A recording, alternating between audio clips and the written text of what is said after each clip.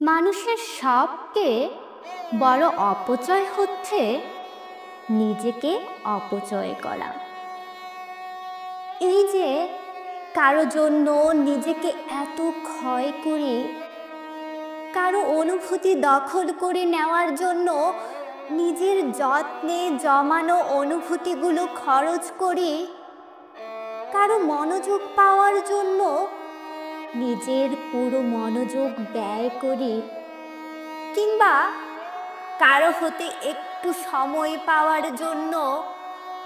নিজের সময়ের বেহিসাবি অপচয় করি,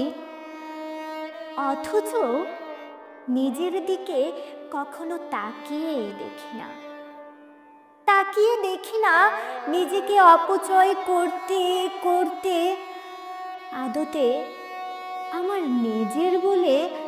আর কিছুই যে নেই।